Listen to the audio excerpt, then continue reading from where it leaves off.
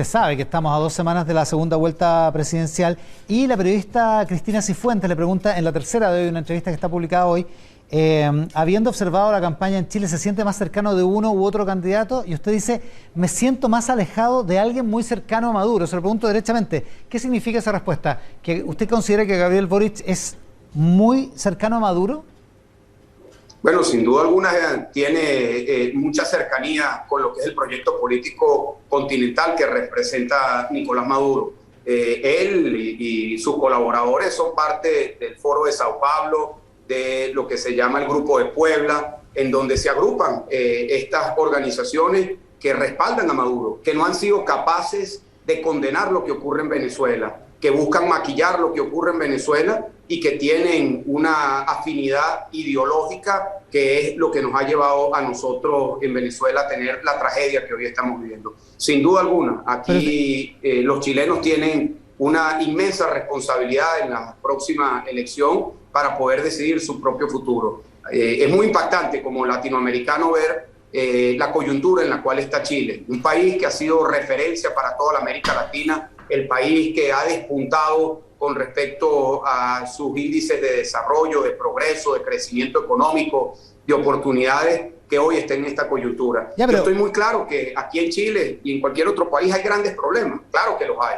Aquí hay que hacer profundas reformas para poder darle más oportunidades a los chilenos. Pero nuestro llamado de alerta por la experiencia que hemos vivido es que tomar una decisión equivocada más bien puede llevar al país por el camino que hemos transitado los venezolanos. Sin duda alguna, ese riesgo está allí y la posibilidad de evitarlo está en manos de los chilenos. Ya, pero usted sabe que Boric ha sido particularmente crítico de los gobiernos autoritarios, dictatoriales de América Latina, de Nicaragua, de Cuba y también de Venezuela. Él ha sido un crítico de lo que pasa en Venezuela. Pero allí hay una afinidad ideológica que la hemos visto y también vemos que hay una propuesta muy parecida a lo que pasó en Venezuela, que ya está en marcha, ¿no? Que fue en Venezuela cuando nos preguntan cuándo comenzó la tragedia. La verdad es que comenzó cuando se instaló en Venezuela una asamblea constituyente que desmanteló el Estado de Derecho, las instituciones y la autonomía de los poderes públicos. Yo creo que hay que tener mucho cuidado con lo que es ese proceso, porque con la promesa de que una nueva constitución va a solucionar todos los problemas, se puede transitar y se corre el riesgo de transitar el camino de la vulnerabilidad del Estado de Derecho, de las instituciones democráticas, que puede que no signifique mucho para la gente. Puede decir, bueno, el Estado de Derecho, ¿qué significa? O las instituciones, o el régimen de libertades. Y así lo pensamos nosotros en Venezuela. Pensamos que nunca iba a ocurrir lo que terminó ocurriendo en nuestro país. Lamentablemente, cuando se vulnera el Estado de Derecho, cuando se revientan las instituciones democráticas, la consecuencia es lo que hoy estamos viviendo en Venezuela. ¿Se pueden hacer esos paralelos? Porque es innegable el paralelo que está tratando de hacer, digamos, entre Chile y Venezuela. ¿Es razonable establecer ese tipo de paralelo o las experiencias realmente, el tipo de corrupción que había en Venezuela en su sistema político, el tipo de descrédito que había en los partidos políticos tradicionales venezolanos, es incomparable respecto a la situación chilena? Bueno, mira, primero que nada, sin duda Venezuela, antes que llegara Chávez, tenía problemas, como lo puede tener Chile hoy, como lo puede tener cualquier país de América Latina, sin duda. Pero no es comparable ni de cerca el nivel de corrupción que había en aquel momento con el nivel de cleptocracia que hay hoy en Venezuela. En Venezuela entraron 1 millón de millones de dólares por renta petrolera y hoy nuestro país está totalmente empobrecido. Hay una casta vinculada a la dictadura que se ha hecho multimillonaria con fortunas de miles de millones de dólares. El nivel de corrupción que se instaló en Venezuela no tiene comparación con nada de lo que haya ocurrido en nuestra propia historia ni lo que haya ocurrido en la América Latina.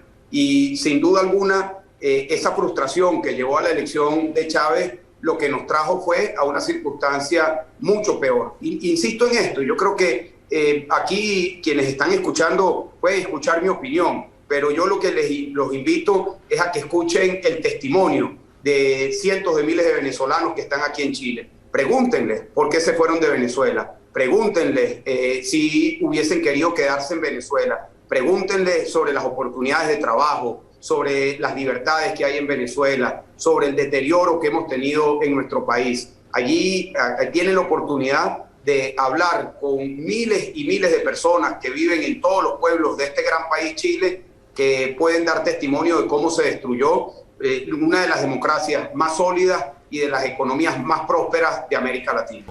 Cuando usted sugiere que los venezolanos que están viviendo en Chile son un testimonio de cómo se destruyó el país, dice usted cómo se destruyó el sistema político que prevalecía antes de Hugo Chávez en Venezuela, ¿sugiere que en Chile puede pasar algo parecido? ¿O en otros países de América Latina? Sin duda alguna, sin duda alguna. Es decir, lo que ha ocurrido en Venezuela es la demostración de, primero, que la democracia es frágil, segundo, que cuando se instala un proyecto político que tiene como prioridad mantenerse en el poder para su propio beneficio y poner en práctica políticas que no le dan prosperidad y beneficio a las grandes mayorías, puede perfectamente suceder acá en Chile o en cualquier otro país lo que sucedió en Venezuela. Y eso no es una exageración, eso nosotros lo decimos con mucha propiedad, porque durante muchos años, al principio de esta tragedia que hemos tenido que vivir los venezolanos, mucha gente decía, eso no va a pasar en Venezuela. Y lo argumentaban, decían, eso no va a pasar en Venezuela porque tenemos una democracia sólida, o no va a pasar porque tenemos una clase media robusta, o porque tenemos universidades, o porque las Fuerzas Armadas son institucionales, o porque somos un país que siempre ha mirado hacia Occidente para su visión de desarrollo. Y nada de eso sirvió para contener lo que fue las consecuencias de un proyecto político. Porque hoy Venezuela, un país que tiene unos indicadores de pobreza por debajo de Haití, eso no lo digo yo, eso lo dice el Fondo Monetario Internacional, llegó a esas circunstancias no por una guerra, no por un desastre natural, sino llegó a esa situación trágica por la aplicación de unas políticas totalmente equivocadas y por la instalación de una casta corrupta que le ha secuestrado a los venezolanos la posibilidad de vivir en democracia, de vivir con el amparo a las libertades y de poder construir sus oportunidades de futuro a partir de su trabajo. Claro que eso puede pasar en Chile y en cualquier otro país si ese mismo proyecto político se instala acá en Chile o en cualquier otro país.